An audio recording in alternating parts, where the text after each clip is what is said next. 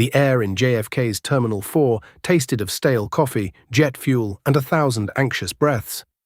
It was a symphony of human desperation, a frantic hum of rolling suitcases and final boarding calls that vibrated through the soles of Amelia Vance's worn-out sneakers. Every hurried footstep, every strained announcement over the intercom seemed to mock the leaden weight in her own heart. She clutched the straps of her backpack, the cheap nylon a flimsy shield against the overwhelming chaos. Inside, nestled between a worn paperback and a change of clothes, was a small velvet pouch. And inside that, the only thing that truly mattered. Amelia, or Amy as her friends called her, wasn't a seasoned traveler. She was a waitress from Queens, more accustomed to balancing hot plates and placating angry customers than navigating the labyrinthine corridors of an international airport. But the call had come yesterday. The hospice nurse's voice had been gentle, but the words were brutal, clinical. A few days, maybe less. You should come now. Her mother. The thought was a physical ache, a tightening in her chest that made the recycled air feel thin and useless. She'd scraped together every dollar from her tip jar, cashed in her last paycheck, and bought the one-way ticket to Seattle. There was no money for a return flight, no plan for what came after. There was only now this desperate race against a clock she couldn't see. A few spots ahead of her in the serpentine security line, a man in a tailored grey suit shifted his weight. He looked tired, his shoulders slumped with a weariness that seemed older than his 40-something years. His dark hair was neatly cut, but his tie was slightly askew, the only chink in an otherwise impeccable armor of corporate anonymity. He looked like every other businessman flooding the terminal, a ghost in the machine of modern commerce. His name was David Sterling, though the passport in his pocket read Mark Peterson. He wasn't a consultant. He wasn't flying to Seattle for a tech conference. He was flying there to disappear for a while, to let the heat from a botched operation in Vienna die down. All he wanted was a quiet flight, a bland hotel room, and the blessed anonymity of being no one. He watched the girl with the backpack, Amelia. He didn't know her name, but he saw the tremor in her hands, the faint dark circles under her eyes. He saw the way she kept touching her neck, where a delicate silver chain disappeared beneath the collar of her faded t-shirt. He recognized the look. It wasn't the fear of flying or the stress of travel. It was grief. A deep, hollowing grief that was still new enough to be sharp. He'd seen it in the faces of widows and orphans in dusty, war-torn countries. Seeing it here, amidst the mundane backdrop of airport security, felt strangely jarring. He looked away, turning his attention back to his phone. It wasn't his business. He had enough ghosts of his own. Next! The shout from the TSA agent was unnecessarily loud, laced with impatience. Amy flinched and shuffled forward, her heart hammering against her ribs. She placed her backpack in a grey plastic bin, followed by her shoes and a thin jacket. As she walked through the metal detector, it remained silent. A small sigh of relief escaped her lips. Maybe this would be easy. Maybe the universe would grant her this one small mercy. She was wrong. On the other side, a burly TSA officer with a florid face and a name tag that read Miller was staring intently at the X-ray monitor. He grunted, tapping the screen with a thick finger. "Ma'am, this bag." Amy's blood ran cold. "Is there a problem, officer?" "We'll see," Miller said, his voice a low growl. He pulled her backpack from the conveyor belt and carried it over to a stainless steel inspection table with a theatrical slowness, as if he were handling a bomb. He unzipped the main compartment and began pulling out her meager possessions with a disdainful air. The paperback, the t-shirt, the small bag of toiletries. He was performing for the growing line of impatient travelers. "What's in the pouch?" he demanded, pointing at the small velvet bag. It's just a necklace," Amy stammered, her voice barely a whisper. "A locket. It was my father's." Miller smirked, a cruel little twist of his lips. "Your father's, huh? Let's have a look." He dumped the locket out of the pouch. It was an old silver oval, tarnished with age, on a simple chain. It was beautiful in its simplicity, but to Miller it was just another object of suspicion. He picked it up, his thick fingers fumbling with the clasp. From his place in line, David Sterling glanced over. He saw the girl, her face pale with distress. He saw the officer, a classic bully enjoying his small kingdom of authority. And then he saw the locket. His blood didn't just run cold, it froze solid in his veins. It wasn't just any locket, it was a Series 7 concealment device, vintage 1990s. An old agency piece of fieldcraft, outdated but effective. He hadn't seen one in a decade. His mind raced, cataloguing possibilities, discarding them just as quickly. Coincidence? Impossible.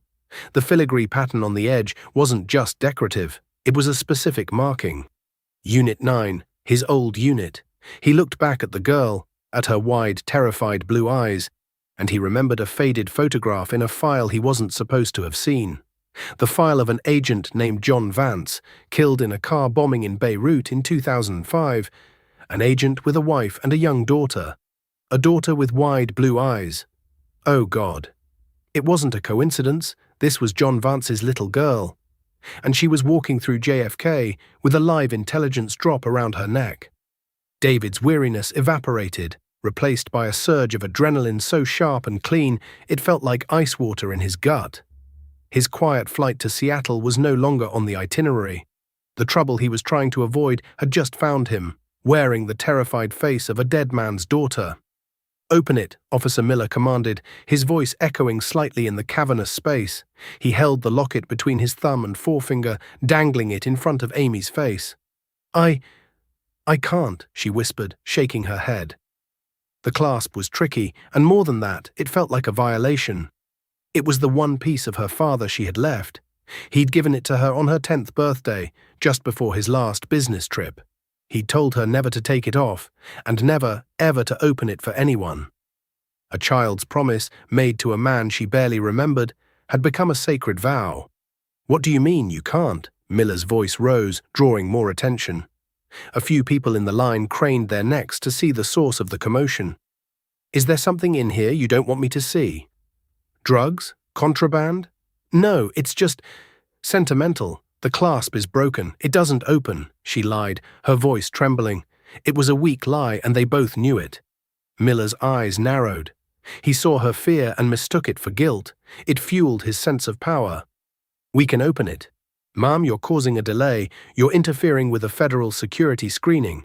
Now, for the last time, open the locket." David Sterling moved, a fluid, almost imperceptible shift. He left his own luggage on the belt and walked calmly towards the inspection table. He kept his hands visible, his posture non-threatening. He projected an aura of bored competence, the kind of man used to solving minor logistical problems. "Excuse me, officer," he said, his voice calm and reasonable. "Is there an issue here? Perhaps I can help." Miller turned, his face flushing with anger at the interruption. "This is a restricted area, sir. Get back in line." "Of course," David said, offering a placating smile that didn't reach his eyes. "It just seems the young lady is distressed. We're all trying to catch our flights. Maybe there's a supervisor we could speak to, just to smooth things over." He was offering Miller an out, a chance to de-escalate without losing face. It was a fatal miscalculation. Miller saw it not as an offer, but as a challenge to his authority. His gaze flickered from David's expensive suit to Amy's frightened face, and he made his choice. He would make an example of them both. "There's no need for a supervisor," Miller sneered. "I handle my own business, and right now, my business is with her." He turned his back on David, a deliberate act of dismissal, and grabbed Amy's arm. His grip was surprisingly strong, his fingers digging into her bicep. "You're coming with me. We'll have a nice long chat in a private room." Amy cried out, a small, sharp sound of pain and fear. She tried to pull away, but his grip was like iron. "Please, you're hurting me." That was the line. For David Sterling, the world suddenly snapped into silent, crystal-clear focus. The background noise of the airport faded to a dull roar. The faces of the onlookers blurred into a watercolor wash. All he saw was the brute's hand on John Vance's daughter. He saw a promise he'd made to a dying friend in a dusty back alley in Damascus years ago. "If anything happens to me, David, look out for my girl." The tired businessman named Mark Peterson vanished. In his place stood a man forged in the crucible of clandestine operations, a man for whom violence was not an act of passion, but a tool to be applied with surgical precision. He took 2 quick, silent steps forward. His left hand shot out, not for Miller, but for the corner of the heavy stainless steel inspection table. With a surge of controlled power, he drove his leg into the table's support, kicking it over. The crash was deafening. Bins, clothes, and loose items clattered across the polished floor. The sudden, violent noise made everyone, including Miller, flinch. In that split second of shock and distraction, Miller's grip on Amy's arm loosened. It was all the opening David needed. He moved through the space where the table had been. His right hand clamped down on the back of Miller's neck, fingers digging into the pressure points below the skull. Miller grunted in pain, his body instinctively arching back. David didn't stop. He drove forward, using Miller's own momentum against him. The next sound was a sickening, wet crunch. David smashed Frank Miller's face directly into the tiled wall of the security checkpoint. Once, twice. The second impact was punctuated by a strangled cry from the TSA agent. David released him. Miller slid down the wall, leaving a smear of red behind, and collapsed to the floor in a boneless heap, conscious but no longer a threat. A collective gasp swept through the crowd, then silence, a profound, stunned silence that was more shocking than the violence itself. For a moment, Terminal 4 of JFK International Airport was utterly quiet. Amy stood frozen, her hand covering her mouth, her wide eyes fixed on the man in the grey suit who had just exploded out of nowhere. David Sterling stood over the groaning form of Officer Miller. He calmly straightened his tie, his face an unreadable mask. He hadn't lost his temper, he had simply solved a problem. He glanced at Amy, his expression softening for a fraction of a second. "Stay behind me," he said, his voice low and steady. Then the screaming started, and the whistles of the Port Authority police began to shriek, closing in from all directions. Chaos erupted like a shattered dam. The stunned silence was replaced by a cacophony of panicked shouts, crying children, and the thunder of approaching boots. Port Authority officers swarmed the checkpoint, their faces grim, weapons drawn but pointed at the floor. They formed a perimeter, their training kicking in, creating a bubble of tense order in the heart of the pandemonium. Amy was paralyzed, her mind struggling to process the lightning-fast sequence of events. The humiliation, the fear, the sudden brutal violence. The man in the suit, her unlikely savior, now stood at the center of a ring of police officers, looking as calm as if he were waiting for a taxi. He didn't raise his hands, he didn't make any sudden moves. He simply stood, a pillar of stillness in the swirling storm. "On the ground, now!" a young officer shouted, his voice tight with adrenaline. David Sterling slowly turned his head to meet the officer's gaze. He ignored the command. Instead, he scanned the faces of the responding officers, looking for rank, for experience, for someone who wouldn't be spooked into doing something stupid.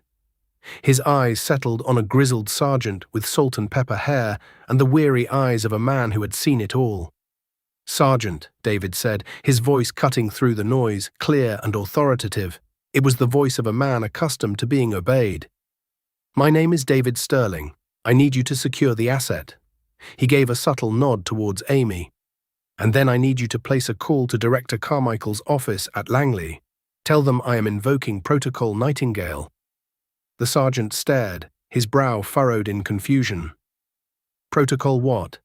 I don't know who you are, mister. You just assaulted a federal officer. Now get on your knees before this gets worse." "With all due respect, Sergeant, it will get infinitely worse if you don't make that call," David replied, his tone unwavering. "The number for the director's direct line is in the top left drawer of your precinct captain's desk. It's for emergencies." "This," he said, gesturing to the groaning Miller on the floor and the terrified Amy, "is an emergency."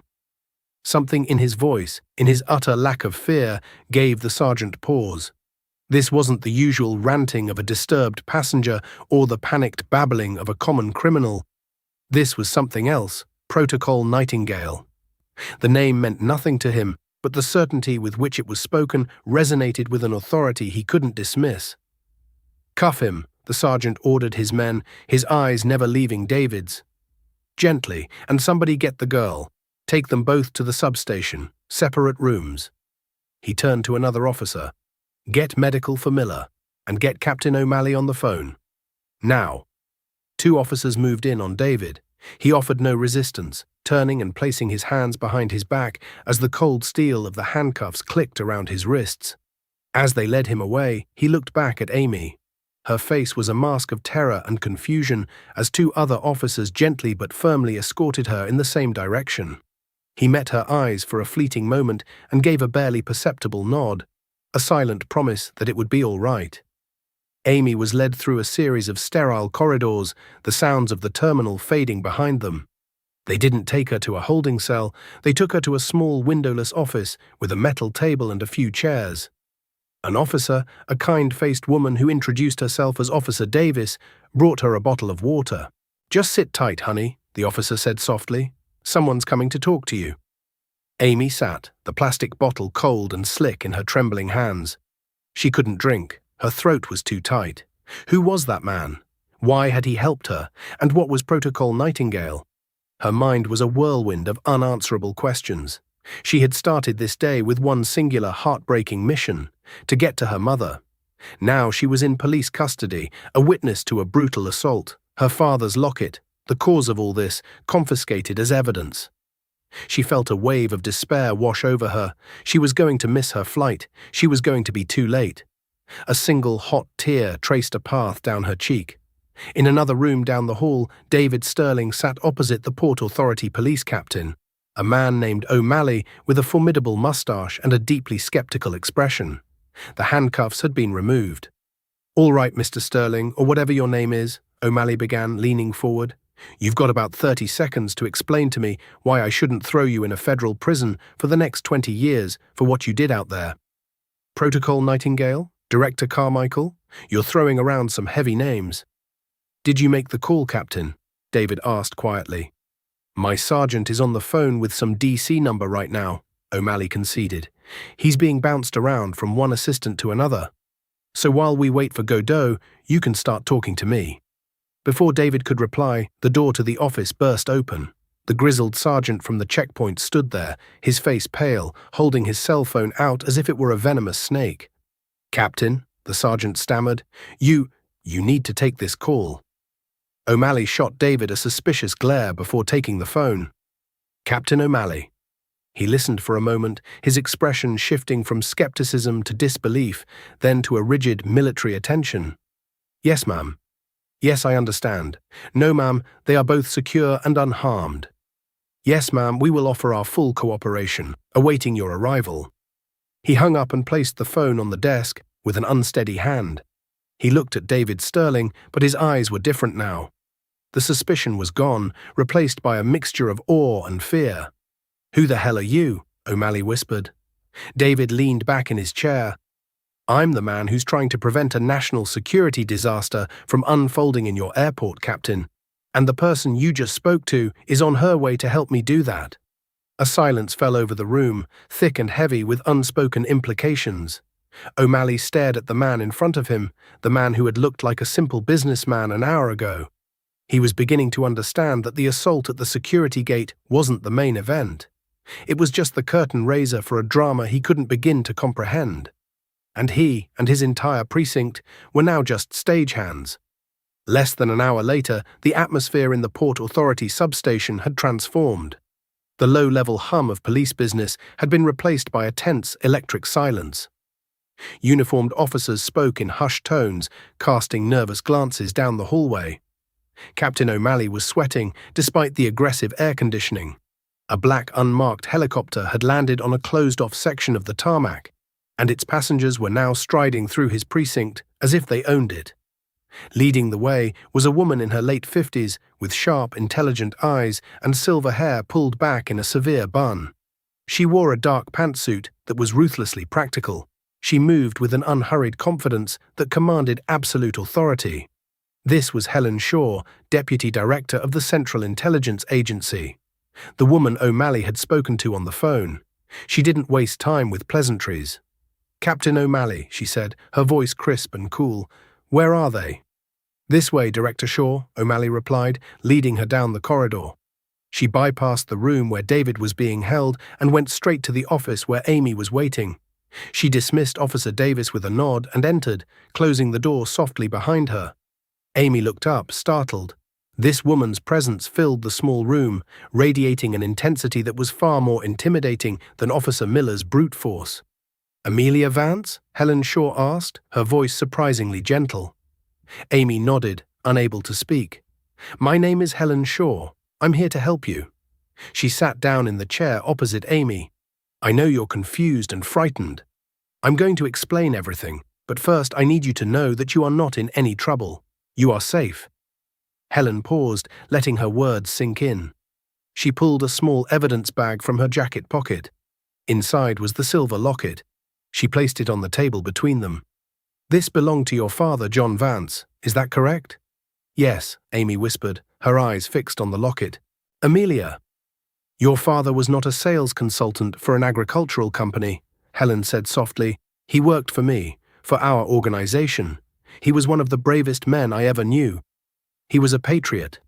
Amy stared at her, her mind reeling. 1,000 confusing childhood memories suddenly clicked into place. The long, unexplained absences, the hushed phone calls late at night, the way he could never talk about his work. It was all a lie. What are you saying?" "I'm saying your father was a CIA officer, Amelia. And when he died in Beirut, it wasn't a car accident. He was targeted. He died protecting his country." The words hit Amy with the force of a physical blow. She felt the air leave her lungs. Her father, the quiet, gentle man from her fragmented memories, was a spy. It felt impossible, like something from a movie. Helen slid the locket across the table. "Your father was a careful man. He always had contingency plans. Before his final mission, he put something inside this locket. A failsafe. It's an insurance policy containing highly sensitive information. He gave it to you for safekeeping, knowing it was the one place no one would ever think to look." "What's inside it?" Amy breathed. "I don't know yet," Helen admitted, "but the fact that someone at this airport went to such lengths to provoke you and gain access to it tells me it's something very, very important." In the other room, Helen's second-in-command, a stern-faced man named Carter, was debriefing David. The tone was far less gentle. "Protocol Nightingale, David." "Really?" Carter said, pacing the room. "That's a burn notice protocol. You just lit up your entire cover for a TSA scuffle."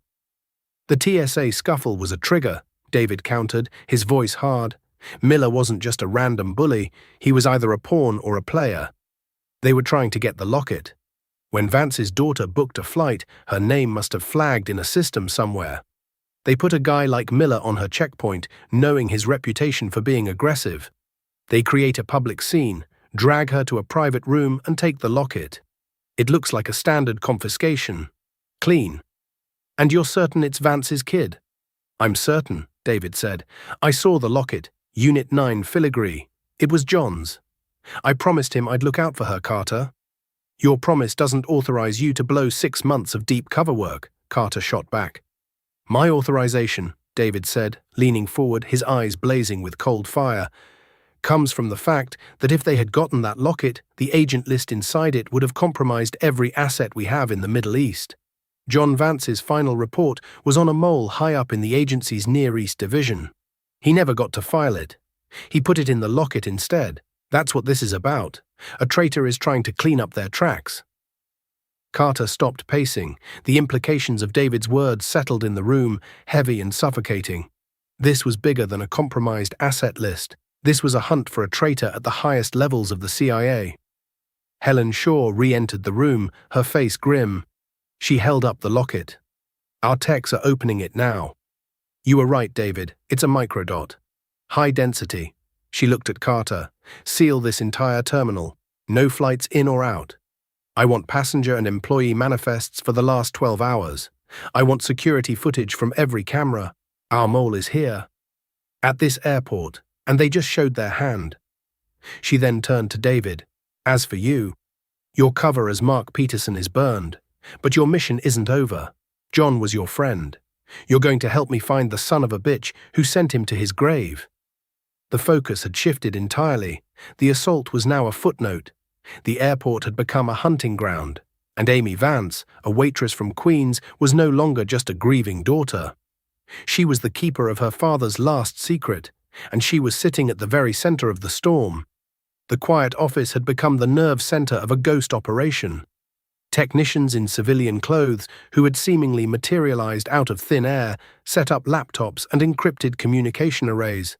The air crackled with a low, intense energy. Amy sat on the sidelines, a forgotten piece on a chessboard she was just beginning to understand. Helen Shaw had given her a cup of tea, a small, grounding act of kindness in the midst of the controlled chaos. A young technician with glasses perched on his nose looked up from his screen. "Director, we've decrypted the primary layer of the microdot. It's not an agent list." David, Carter, and Helen all turned to him. "What is it?" Helen asked. "It's a transfer ledger," the tech replied, pushing his glasses up. "Banking codes, routing numbers, and dates. Offshore accounts in the Caymans, Switzerland. Millions of dollars being moved. And there's a name, repeated as the primary beneficiary on every transaction." He paused, his eyes wide. "Robert Haskins." The name dropped into the room like a stone. Carter swore under his breath. David's face went rigid. Robert Haskins wasn't just some high-level official. He was the CIA's Deputy Director of Operations for the Near East Division. He was John Vance's boss, and he was one of the most decorated and trusted men in the agency. "Haskins is the mole," David said, the words tasting like ash. "John must have stumbled onto his financial trail. That's why Haskins had him killed." "It explains everything," Helen said, her mind working rapidly. "Haskins has access to the internal watch lists. He would have been notified the second Amelia Vance's name appeared on a flight manifest. He couldn't risk her walking around with that kind of evidence. So he activated a contact within airport security to intercept her," Carter added. "But who? It can't have been Miller. He's just a thug." "No," David mused, staring at the wall as if he could see through it. "Miller was the tool, not the craftsman. The person Haskins contacted would have to be someone with the authority to place Miller specifically at that checkpoint, at that time. Someone who could guarantee he would be the one to inspect her bag." Helen turned to Captain O'Malley, who had been standing by the door, looking utterly overwhelmed. "Captain, I need a name. Who is the TSA shift supervisor for this terminal today?" O'Malley didn't have to check a roster. "That'd be Supervisor Carl Jennings. Been here 15 years. Solid guy. Can't be him." "In my experience, it's always the solid guy," Helen said grimly. "Get me everything you have on Jennings. Financials, recent travel, phone records. I want to know what he had for breakfast. And get a tactical team ready. Quietly." While the search for Jennings began, David walked over to Amy. She looked small and lost amidst the high-tech equipment and grim-faced operatives. "Are you okay?" he asked, his voice softer than she'd heard it before. She shook her head, clutching the warm mug of tea. "My father, all these years I thought he was just gone. I was angry at him for leaving, for dying in some stupid accident, but he was a hero," David finished for her. "He was my friend, Amy. We came up together. He was the best of us. What he did, what he put in that locket, it was to protect people, to protect you. And that man, Haskins, he's the one who—" She couldn't bring herself to say the words. David's jaw tightened. "Yes, and we're going to get him." The door opened and Carter walked in, his face set like granite. "We've got him, Carl Jennings. He made a single phone call 30 minutes before Amy's arrival time at the checkpoint, a burner phone. But the tower ping puts the recipient of the call less than a mile from here. And financials just came in. A $100,000 deposit was made into his wife's savings account this morning, from an untraceable shell corp." "Where is Jennings now?" Helen demanded. "He's in the main security monitoring room in the sublevel." "He's locked himself in," Carter reported. "He must have seen us arrive on the internal cameras. He knows the game is up." "And Haskins?" David asked. "That's the problem," Carter said. "According to agency trackers, Haskins is currently on a diplomatic flight to Dubai. His plane took off from Dulles an hour ago. He's running." A wave of defeat seemed to pass through the room. The mole had slipped through their fingers. "No," David said suddenly, his eyes alight with a sudden, fierce realization. "He's not running. Not yet. He wouldn't leave until he had the microdot. He thinks Jennings has it." Helen's eyes widened as she understood. "The phone call, the tower ping. He's not in DC. He's here. He's at this airport." The entire operation pivoted in an instant. The mole wasn't an ocean away, he was in the building. Jennings wasn't just a compromised asset, he was the bait in a trap. And Haskins was the predator, closing in. He'll be trying to get to Jennings, David reasoned, to get the locket and silence the only witness who can tie him to this. The monitoring room is our choke point. Tactical team is ready, Carter said, speaking into his wrist communicator. They can breach the monitoring room on your command. No, Helen commanded. No breach, not yet. Haskins is a ghost. If he senses a full tactical assault, he'll vanish. We need to draw him out. David, you know how he thinks. You worked with him. What's his move? David stared at the schematic of the terminal on one of the laptops. He traced the lines of the sub-level corridors, the access tunnels, the power conduits. He was no longer just an operative. He was a profiler, crawling inside the mind of his enemy. He won't go in guns blazing, David said. He's a scalpel, not a sledgehammer. He'll create a diversion, something big enough to draw security away from the sub-level, giving him a clean path to Jennings. He looked up at Helen, his eyes dark with certainty. He's going to trigger a fire alarm. Not here. Somewhere public, a departure gate. He'll cause a panic, and in the confusion, he'll make his move. Right on cue, a piercing, high-pitched alarm began to blare throughout the terminal. A synthesized voice echoed from the overhead speakers. Attention, a fire has been reported in Concourse B. Please evacuate the area in an orderly fashion. Panic erupted. The hunt was on. The blare of the fire alarm was a starter pistol. While the terminal above descended into controlled chaos, the sub-level corridors remained eerily quiet. Helen Shaw orchestrated the operation from the makeshift command center, her voice a calm, steady presence in the radio chatter. All tactical units, hold positions. Eyes on all access points to the security monitoring room. I want him boxed in. David, you're free to engage. But I want him alive. David was already moving. He shed his suit jacket, tossing it onto a chair. Underneath, he wore a simple dark shirt that didn't constrict his movement. Carter handed him a sidearm and an earpiece. Haskins will be armed, and he won't hesitate, Carter warned. Neither will I, David replied, chambering around. He moved out into the corridor, a shadow gliding through the fluorescent-lit tunnels. He knew these service hallways, the guts of the airport, were a maze. But he also knew Haskins. Robert Haskins was arrogant. He believed he was smarter than anyone else in the room. He would take the most direct route, assuming the fire alarm had drawn away all threats. David found a junction that offered a clear line of sight down the main corridor leading to the monitoring room. He flattened himself into an alcove behind a series of large electrical conduits, the cold metal pressing against his back. He controlled his breathing, slowing his heart rate, becoming part of the scenery. He was a hunter, and he was waiting. Inside the monitoring room, Carl Jennings was having a panic attack. He paced the small space, sweat beading on his forehead. He had seen the black-clad tactical teams swarming the access points on his screens. He knew he was trapped. His phone buzzed. It was his contact, the man who had promised him a fortune. "Where are you?" Jennings hissed into the phone. "The whole place is crawling with feds." "Calm down, Carl," a smooth, cultured voice replied. "The alarm is a diversion. I'm on my way." "Do you have the item?" "No. The girl's protector, or whoever he was, took out my man before he could get it. They have it. This is all blown." There was a pause on the other end of the line. "That is inconvenient," the voice said, a cold edge creeping in. "But it doesn't change your situation. You are the only one who can identify me. Stay put. I'm coming to extract you." Jennings wanted to believe him, but the man's chillingly calm demeanor sent a fresh wave of fear through him. This wasn't an extraction. This was a house call from the Reaper. David heard the faint scrape of a shoe sole on concrete.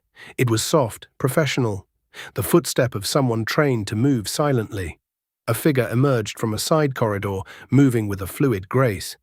He was in his late 50s, with distinguished silver hair and the confident bearing of a senior executive. It was Robert Haskins. He held a suppressed pistol in his hand, holding it low against his leg. He was exactly where David predicted he would be. David didn't move. He let Haskins pass his position. He wanted to take him from behind to minimize the risk of a protracted firefight. Haskins reached the door of the monitoring room and swiped a stolen keycard. As the lock clicked open, David stepped out from the alcove. "It's over, Robert," David said, his own weapon leveled at Haskins's back. Haskins froze. He didn't turn around immediately. A low chuckle escaped his lips. "David Sterling, of course it's you. John always did say you were like a loyal dog who couldn't be put down. I should have dealt with you years ago." "You dealt with John instead," David said, his voice laced with ice. "Drop the weapon." "I don't think so," Haskins said. He began to turn, his weapon coming up. He was fast, incredibly fast for a man his age, but David was faster. He didn't aim for center mass, he aimed for the weapon. His first shot was a deafening crack in the enclosed space, striking the slide of Haskins's pistol. The gun flew from his grasp, clattering across the floor. His second shot was aimed at Haskins's shoulder, a disabling, non-lethal round designed to neutralize. Haskins cried out, staggering back against the wall, clutching his bleeding shoulder. His face was a mask of disbelief and fury. He had underestimated Sterling. The door to the monitoring room flew open, and Carl Jennings, seeing his chance, made a desperate bolt for freedom. He ran right between the two men. It was a fatal mistake. For Haskins, it was a final, spiteful opportunity. With his good arm, he lunged, grabbing Jennings and pulling the terrified man in front of him as a human shield. "Stay back, Sterling," Haskins snarled, pressing his body against Jennings. Tactical teams began to converge down the hallway, their weapons raised. "Hold your fire," David commanded into his earpiece. "He has a hostage." Back in the command center, Amy watched the scene unfold on one of the security monitors, her hand flying to her mouth in horror. She saw David, poised and focused. She saw the terrified face of the TSA supervisor, and she saw the man who had murdered her father. "He's a snake, David," she heard Helen Shaw say over the comms link to David. "Don't let him talk his way out." "I wasn't planning on it," David's voice crackled back. In the corridor, Haskins was dragging Jennings backward. "You won't shoot through him, David. You don't have it in you. You still play by the rules." "John Vance played by the rules too," David said, his voice dangerously low. "Look how that worked out for him." David saw a flicker of movement in Haskins' eyes, a glance towards the fire suppression system on the ceiling. He was looking for another diversion, another way out. David knew he had only one chance. He needed to create an opening. He took a step to his left, changing the angle. "It's over, Robert. There's no escape." "There's always an escape," Haskins hissed. And in that moment, he made his move.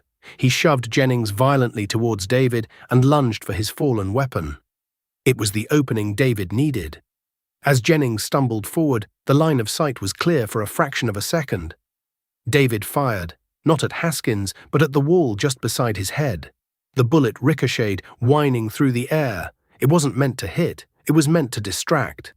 Haskins flinched instinctively, his head turning towards the sound. That was all it took. David surged forward, closing the distance in 3 long strides. He didn't use his gun. He slammed his shoulder into Haskins, driving the wind out of him and pinning him against the wall. The tactical team swarmed in, disarming and subduing the struggling mole. Carl Jennings collapsed to the floor, sobbing in fear and relief. It was over. The traitor was caught. The hunt had ended. David Sterling stood breathing heavily, the smell of cordite sharp in his nostrils. The ghost of his friend's memory finally, blessedly, at peace. The aftermath was quiet and efficient. Robert Haskins and Carl Jennings were spirited away into the custody of federal marshals, destined for a black site where their full debriefing would begin. The fire alarm was silenced, and a plausible cover story about a faulty sensor was disseminated. The passengers of JFK Terminal 4, annoyed but unharmed, were slowly allowed to resume their travels, oblivious to the high-stakes drama that had unfolded just beneath their feet. In the now quiet substation office, the atmosphere was one of weary relief. The technicians packed up their gear as silently as they had arrived. Helen Shaw stood by the empty table, holding the silver locket in her palm. She walked over to Amy, who was still sitting in the chair, looking drained. Helen gently pressed the locket into her hand. "Your father's last message was received, Amelia. He saved a lot of lives today. You both did. Amy closed her fingers around the cool metal. It felt different now. Not just a memory, but a legacy. What happens now? For us, Helen said, a lot of paperwork, and a very long, difficult process of cleaning up Haskins's mess. For you, that's up to you. She paused, her sharp eyes softening. Your flight to Seattle was cancelled. We've arranged for a private transport to take you to a nearby airfield. A jet is waiting to fly you to your mother. You won't be late. Tears welled in Amy's eyes, tears of gratitude this time. Thank you. David Sterling entered the room. He had washed the grime from his hands and put his suit jacket back on. The weary businessman had returned, though Amy could now see the steel beneath the surface. I came to say goodbye, he said. Amy stood up, and on impulse, she hugged him. You saved my life. David was stiff for a moment, unaccustomed to the gesture, before he gently returned the embrace. I was paying a debt to your father, he said quietly. He'd have done the same for me. He pulled back and handed her a small, simple business card. It had only a name, Mark Peterson, and a single phone number on it. Your life might get complicated after this. The agency will want to speak with you again, to formally debrief you. They'll take care of you. But if you ever feel like you're in over your head, or if you just need someone to talk to who understands, call that number. It will find me. Amy took the card, her fingers tracing the embossed letters. It was a lifeline to a world she never knew existed. An hour later, Amy was sitting in the plush leather seat of a Gulfstream jet as it ascended smoothly into the twilight sky. Below her, the lights of New York City glittered like a field of scattered diamonds. She looked out the window, her reflection a ghostly image against the darkening heavens. She was still Amelia Vance, a waitress from Queens. But she was also the daughter of John Vance, a hero who had died in the shadows. She had walked through a fire and come out the other side, forever changed. The grief for her mother was still a heavy weight in her chest, but it was now mingled with a fierce newfound pride in the father she had lost so long ago. She opened her hand and looked at the locket. It was just an empty piece of silver now, its secret told, its mission complete. But to her it was fuller than it had ever been. It was filled with the truth of a brave man's life and the incredible, terrifying, and ultimately life-affirming events of a single day at an airport. Her journey to say goodbye to one parent had unexpectedly led her to finally understand the other. As the jet banked west, carrying her toward her family's past and her own uncertain future, she knew one thing for sure. Her quiet, ordinary life was over. And in a strange, bittersweet way, she felt like she was just beginning to live.